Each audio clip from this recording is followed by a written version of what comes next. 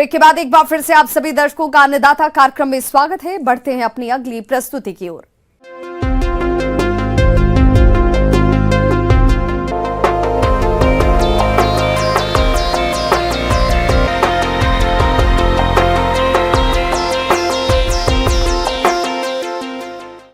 प्रदेश के जिन किसान भाइयों ने आलू की बुआई सितंबर-अक्टूबर माह में की थी, उनकी फसल इस समय खुदाई योग्य तैयार हो गई है और अक्सर देखा गया है कि किसान आलू की खुदाई का कार्य मजदूरों द्वारा करवाते हैं, जिसमें मजदूरों की समस्या तो रहती ही है, साथ ही खुदाई का लागत खर्च भी अधिक आता है। किसानों की इन्हीं समस्याओं को देखते हुए आलू खुदाई यंत्र को विकसित किया है। तो ये यंत्र किसानों के लिए किस प्रकार उपयोगी है और इसके क्या फायदे हैं, आइए जानते हैं कृषि अभियंता दिलीप कुमार से।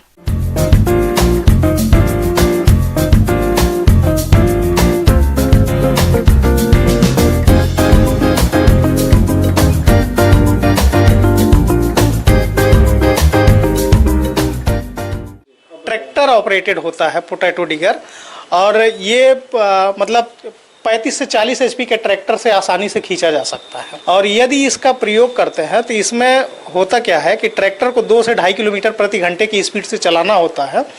तो इसमें नीचे फाल लगा होता है जो जिसकी चौड़ाई थोड़ी ज़्यादा होती है, और वो 2 से 3 रो का फाल होता है और लगभग 3 मेड़ को एक साथ वो खोद देता है। और पीछे इसके एक चलनी लगी होती है जिससे होता हुआ आलू और मिट्टी एक साथ उस चलनी पे जाता है, तो वो वाइब्रेट करता है, जिस कारण से ढेले क्या होते हैं, टूट जाते हैं और आलू और मिट्टी अलग अलग सेपरेटेड हो जाता है। पीछे उसको हम लेबर लगा के बिनवा सकते हैं। इसमें जो हमारा क्या बोलते हैं लेबर का कॉस्ट होता है, लगभग 75% लेबर की बचत होती है और 50% टाइम का बचत होता है इस मशीन को प्रयोग करने से। पोटैटो डिगर से सबसे पहला बचत तो एक होता है कि जब हम इससे डिगिंग करते हैं पोटैटो का, तो सबसे पहले जो हमारा वेस्टेज जाता है, वेस्टेज बहुत कम हो जाता है। ठीक है, लगभग हम वेस्टेज ये मान के चलिए 3 से 4% संभावना रहता है कि वेस्टेज जाए, जो मतलब मेड़ से बाहर आलू निकल गया हो या आड़ा तिरछा हो गया हो तो वही कटने का संभावना होता है। नहीं तो इसमें लगभग हमारा ये मान के चलिए 95 to 96% वेस्टेज होने की संभावना बिल्कुल नहीं रहती है। वहीं अगर हम मैनुअल करवाते हैं तो मैनुअल में हमारा लगभग मान के चलिए 15% तक आलू का वेस्टेज हो जाता है। और दूसरी बात होती है कि जब हम पोटैटो डिगर से ऑपरेशन करते हैं तो एक तरीके से खेत की गहरी जुताई हो जाती है। किसान भाइयों, आलू की खुदाई मजदूरों द्वारा करवाने से काफी श्रम और लागत खर्च आती है। साथ ही मजदूर आलू की खुदाई खुरपी और गैती इत्यादि औजारों से करते हैं, जिससे खुदाई के समय आलू के कंद चोट ग्रसित हो जाते हैं और इससे बाजार में इसका अच्छा मूल्य नहीं मिलता। साथ ही यदि ऐसे कंदों का भंडारण किया जाएगा तो कंद फफूंद जनित रोगों की चपेट में जल्दी आ जाते हैं। तीसरा, इसमें टाइम मैनेजमेंट बहुत अच्छा होता है। 50% टाइम का बचत होता है और 75% तक हमारा लेबर का बचत हो जाता है। जो लेबर कॉस्ट लगता है मैनुअल में कराने में, उस कॉस्ट में हम 75% तक बचत कर सकते हैं। इसको अगर हम ट्रैक्टर ऑपरेटेड है उससे चलाते हैं तो ये लगभग ये मान के चलिए 1.5 से पौने 2 घंटा में ये 1 एकड़ की खुदाई कर देगा है। इसका 0.3 से लेके 0.4 हेक्टेयर पर घंटा का इफिशियंसी आता है पोटैटो डिगर का। हाँ, पोटैटो डिगर को चलाने में एक सावधानी बरतनी पड़ती है कि जो हमारा ऑप्टिमम मॉइस्चर कंडीशन होता है सॉइल का, उसका थोड़ा सा हमको ध्यान रखना पड़ता है। कि जैसे हम जुताई में ध्यान रखते हैं कि फील्ड में नमी लगभग 25 से 30% रहे, तभी खेत की जुताई करते हैं ताकि मशीन आसानी से चल सके, वही लगभग हम यहाँ पे ध्यान रखते हैं कि 25% के आसपास खेत में नमी हो, तब हम मशीन को चलाएंगे तो ये मतलब मैक्सिमम इफिशियंसी देगा। दूसरी सावधानी बरतनी पड़ती है कि जैसे खेत में यदि कंकड़ पत्थर या ईंट के टुकड़े या ढेले पड़े हैं तो उनको खेत से हम निकाल दें, क्योंकि जब ये उसके रास्ते में आएगा तो ऑब्वियस सी बात है कि उसमें फाल लगा होता है, दूसरे पार्ट्स होते हैं, तो उनके बीच में आके वो उसको डैमेज कर सकता है। आलू खुदाई यंत्र से खुदाई करने पर खुदाई जल्दी हो जाती है, साथ ही आलू कम चोट ग्रसित होते हैं। इस यंत्र से खुदाई करने पर आलू खुदाई लागत कम आती है। एक साथ आलू की खुदाई भी हो जाती है और उसके बाद इन्हें इकट्ठा कर आसानी से श्रेणीगत किया जा सकता है। किसान भाइयों, वैसे तो प्रदेश में कई कंपनियों की पोटैटो डिगर मशीन बाजार में आसानी से मिल जाती है। जिनकी कीमत 1 और 2 रो वाली मशीन के अनुसार अलग अलग होती है, जिस पर शासकीय अनुदान भी उपलब्ध है। अनुदान के बारे में अधिक जानकारी के लिए आप अपने नजदीकी कृषि विभाग में संपर्क कर सकते हैं।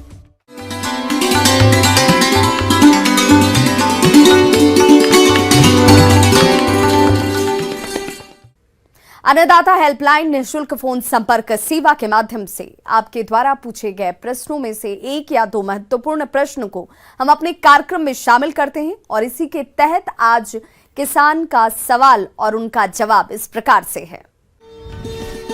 अन्नदाता निःशुल्क फोन संपर्क सेवा के माध्यम से पूछे गए प्रश्नों में से आज हमने जिस प्रश्न को कार्यक्रम में शामिल किया है उसे पूछा है ग्राम वानी, जिला चित्तौड़गढ़ के कृषक रणजीत सिंह ने।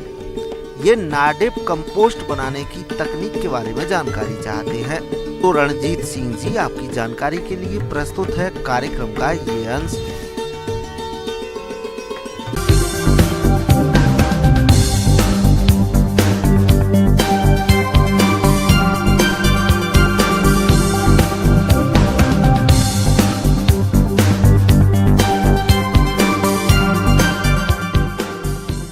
कृषक भाइयों, आज हम जानेंगे कि नाडेप विधि से आपकी कंपोस्ट या खाद कैसे तैयार की जाती है। तो सबसे सर्वप्रथम अगर हमें नाडेप कंपोस्ट बनानी है तो हमें एक टांका बनाने की ज़रूरत होती है, जिसे हम टैंक भी बोलते हैं। और इस टैंक को बनाने के लिए सबसे पहले ये समझना जरूरी कि इसका आकार क्या होना चाहिए। ईंटों की सहायता से पक्का नाडेप बनाया जाता है, जिसका आकार 10 फीट लंबा, 6 फीट चौड़ा और 3 फीट ऊंचा होता है। ईंटों को जोड़ते समय इस बात का विशेष ध्यान रखें कि तीसरे, छठे और 9वें रद्दे में मधुमक्खी के छत्ते के समान 6 बाय 7 के छेद छोड़ दिए जाते हैं। और इसमें जो आपकी जो दीवारें बनेंगी, इसकी जो उनकी चौड़ाई होनी चाहिए दीवारों की, वो 9 इंच तक हम रखते हैं। तो अब हम बात करते हैं कि कौन कौन सी सामग्री है जो कि इस टाँके के बनाने में लगेंगी। तो टाँके के बनाने के लिए जो सामग्री की हमें ज़रूरत है, सबसे पहले हमें ईंटों की ज़रूरत होगी, फिर बालू की ज़रूरत होगी और सीमेंट की ज़रूरत होती है, क्योंकि हमें ये पक्का बनाना होता है। टाँका बनाते हुए कुछ मुख्य बातों का ध्यान हमें रखना चाहिए। सबसे पहली बात कि जब आप टाँका बना रहे हैं तो इसमें छिद्र छोड़ने बहुत ज़रूरी होते हैं। तो जो छिद्र हमें छोड़ने होते हैं वो हमें 1.5 फीट की दूरी पर छोड़ने हैं। और जब छिद्र छोड़ने की जो श्रृंखला होनी चाहिए वो ऐसी होनी चाहिए कि जो अगर पहले जो आपकी रो है उसके 2 छिद्रों के बीच में दूसरी श्रृंखला के मध्य में उसको पड़ना चाहिए, और इसी तरह से दूसरी पंक्ति के जो 2 छिद्र के बीच में तीसरी पंक्ति की छिद्र उसमें आनी चाहिए। अब बात करते हैं कि किन किन सामग्री की हमें ज़रूरत होगी इसमें भरने के लिए, कौन कौन सी परतें हमारी उसमें डलेंगी। तो हमें जो चाहिए होगा एक टाँके के लिए, जो मैंने अभी आपको आकार बताया, उसमें हमें आपका 1500 किलो आपका चाहिए कचरा, जो कि सूखा कचरा हो सकता है, जो आपके अभी जैसे खरीफ की फसल कटी है तो उसका जो अवशेष बचा है वो ले सकते हैं, तो 1500 किलो वो होना चाहिए। फिर आपका 1750 केजी आपकी छनी हुई मिट्टी, जो बारीक मिट्टी है, वो हमें लेनी चाहिए। 100 किलो हमें इसमें चाहिए आपका गोबर और 200 लीटर पानी की आवश्यकता होती है। और इसके साथ साथ 3 किलो रॉक फॉस्फेट, आधा किलो आपका राइजोबियम कल्चर वाली खाद, फिर आपका आधा किलो हमें एजोडोबैक्टर, और जो पीएसबी जिसे फॉस्फोरस सॉल्युबलाइजिंग बैक्टीरिया बोलते हैं, वो हमें 1.5 kg की आवश्यकता होती है। भराई से पहले टाँके की दीवारों को गोबर के लेप से लिपाई कर दें। इसके बाद पहली परत पर विभिन्न वनस्पति सामग्री जैसे सूखे पत्ते, डंठल, कचरा, टहनियों को 6 इंच तक भर दें। दीमक नियंत्रण के लिए नीम और पलाश की पत्तियां जरूर डालें। अब दूसरी परत में 3 से 4 किलो गोबर का घोल बनाकर वनस्पतिक सामग्री के ऊपर डाल दें। अब तीसरी परत पर 50 से 60 किलो छनी हुई मिट्टी की परत बना दें। बता दें कि 11 से 12 परतों में पूरी सामग्री भर जाएगी। इसके बाद टाँके को 400 से 500 किलो मिट्टी की परत बनाकर गोबर से लिपाई कर दें। 15 से 20 दिनों बाद जब सामग्री 8 से 9 इंच सिकुड़ जाए, तब दूसरी भराई करके टाँके को अच्छी तरह ढक दें। एक पक्के नाडेप टाँके से साल में 3 बार खाद तैयार की जा सकती है।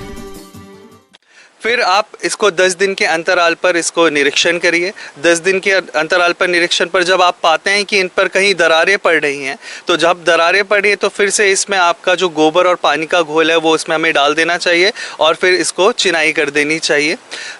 धीरे धीरे आपको लगेगा कि जो इसकी ऊंचाई है जो हम 9 इंच तक आपका भर दें, जैसे जैसे अपघटन होता रहेगा, डिकम्पोजिशन होता रहेगा, वो नीचे चली जाएगी। तो जैसे जैसे वो नीचे जाती है तो फिर से आप वैसी ही सामग्री और वैसी ही सतह से इसको दोबारे भर सकते हैं।